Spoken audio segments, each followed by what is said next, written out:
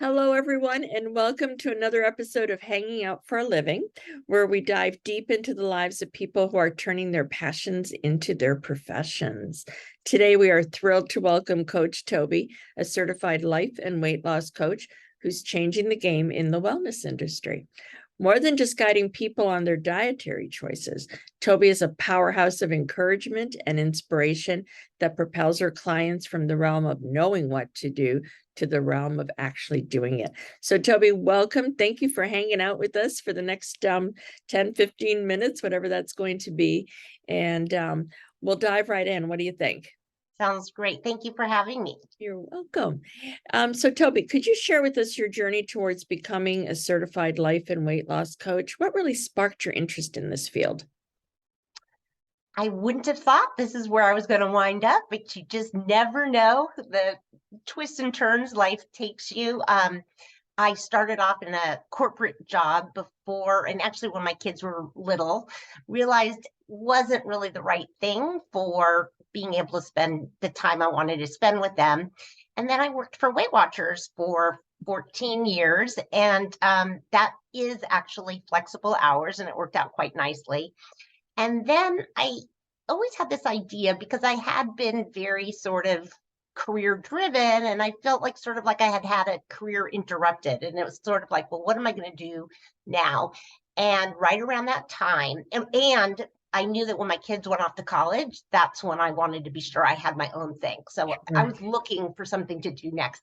And the Weight Watchers is already sort of or very much a supporting, helping people in that case with weight loss.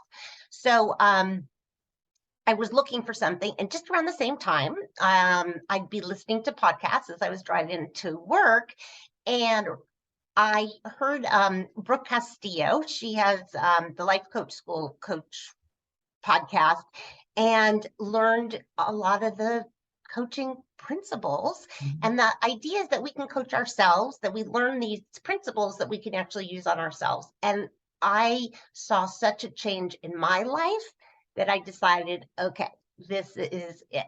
So I went, and it was a year-long program to get certified.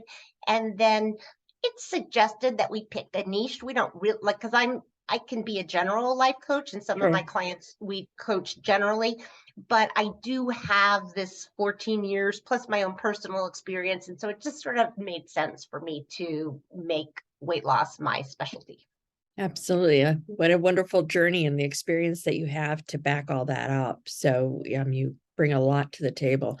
So you often mention you are more of a do it coach rather than a diet coach. So can you explain what this means and how this unique approach benefits your clients? Yeah, I think that, the current approach to weight loss, diets, Mhm. telling us what to eat, clearly there's a problem. There's so many diets out there. And the current statistics show 70% of people are overweight or obese. And so it's not just like all these people have no willpower. There is something else going on. And so there's a whole host of things that I use in my approach. But the big thing is it's really not about knowing what to eat. I sort of flip it on its head. And rather than knowing what to eat, it's about recognizing why we do what we do and why Mhm. we don't do what we don't do. Right. And we uncover all kinds of interesting things that you wouldn't even realize what all you're doing is thinking about the food, and it becomes such a struggle. So this is a way that it becomes more natural. It becomes something you want to do. It becomes easier, more natural, and really a permanent solution. Absolutely. And that's a really great segue into our next question. You touched on it a bit. It's common to see people knowing what to do, but struggling with actually doing it, right? So, and you talked about that a little bit. So, in your experience, what are the key factors that really prevent people from taking action? And how do you assist them in overcoming these hurdles?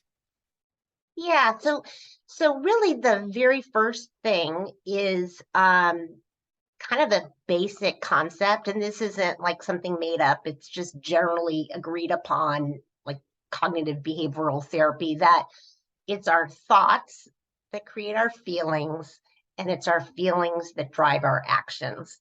So we have to start with our thoughts.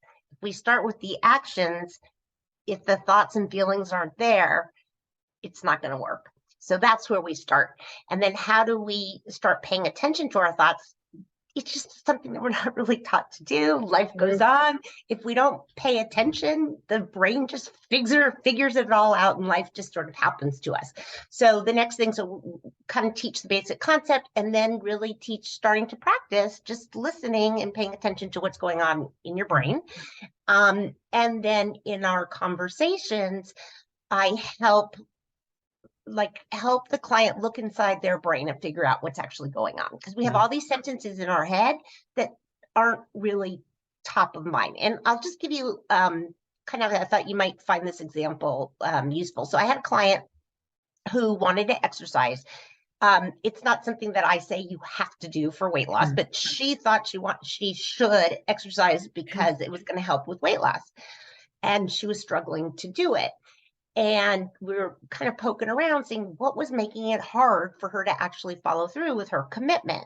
And what we discovered is that although she thought she should exercise to lose weight, her personal experience had been that exercise hadn't in the past actually led to weight loss.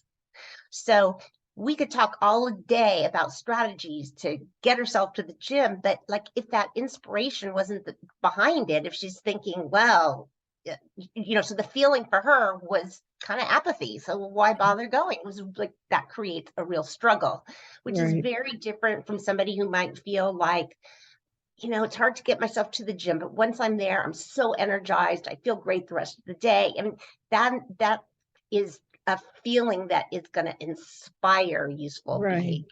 Absolutely. It's wonderful how you blend all that together and are able to really have it match up.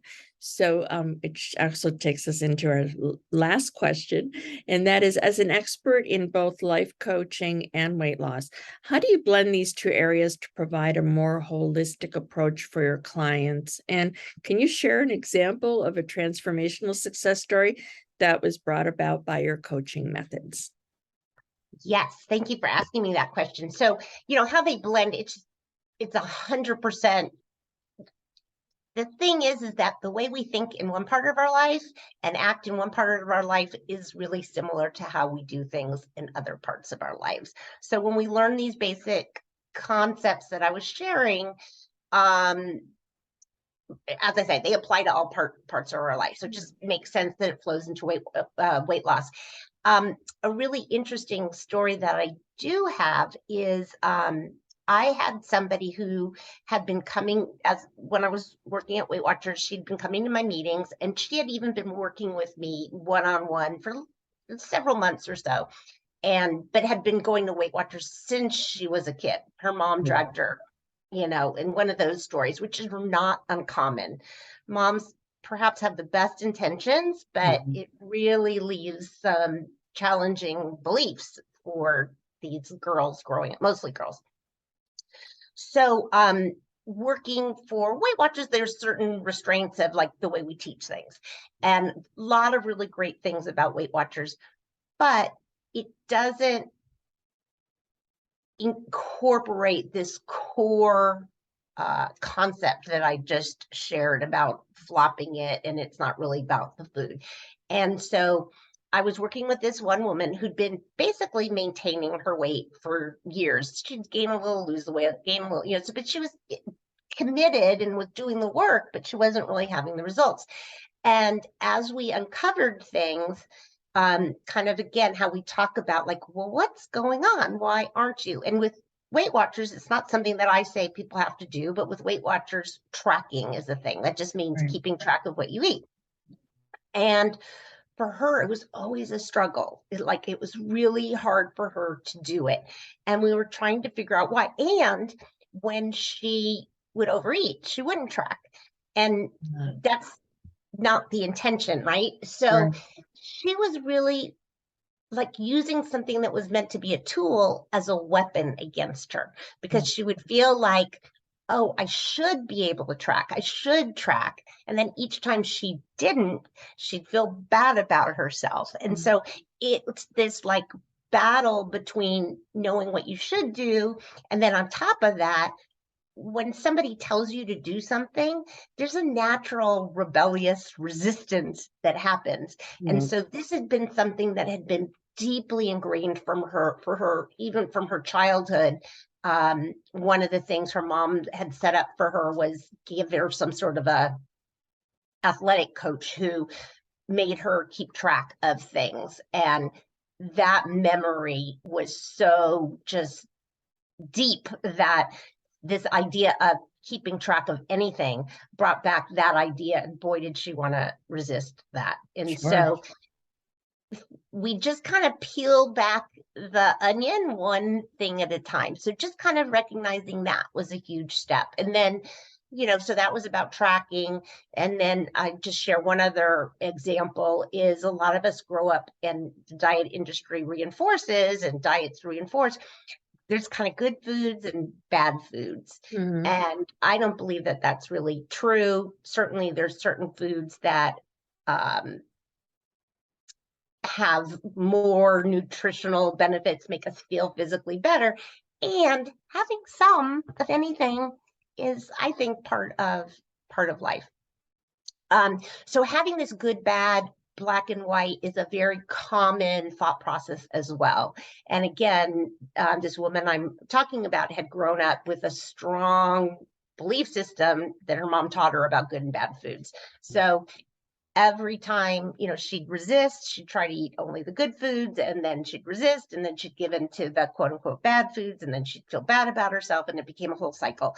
So kind of what we really worked on there was realizing that these were her mom's rules from Ah, 40 years ago about yeah. what were good and bad foods, whether it's true or not. She's a grown adult now and knows her body better and knows what's right for her. And so she has really been empowered to, oh yeah, I can, like, it's okay if I have some candy sometimes, I can still lose weight, and so that's an example of the process. And she's been a amazing success story, somebody who had been working with me at Weight Watchers and then came to work with me privately. And after just like 3 months, she's lost over 20 pounds and says she's at the lowest weight that she's been as an adult. So here's somebody who was doing the work, was working hard, and then just, wasn't really seeing the result. So I really believe in this little twist here can make all the difference and just make the process not feel so drudgery and hard. And it doesn't have to be that way.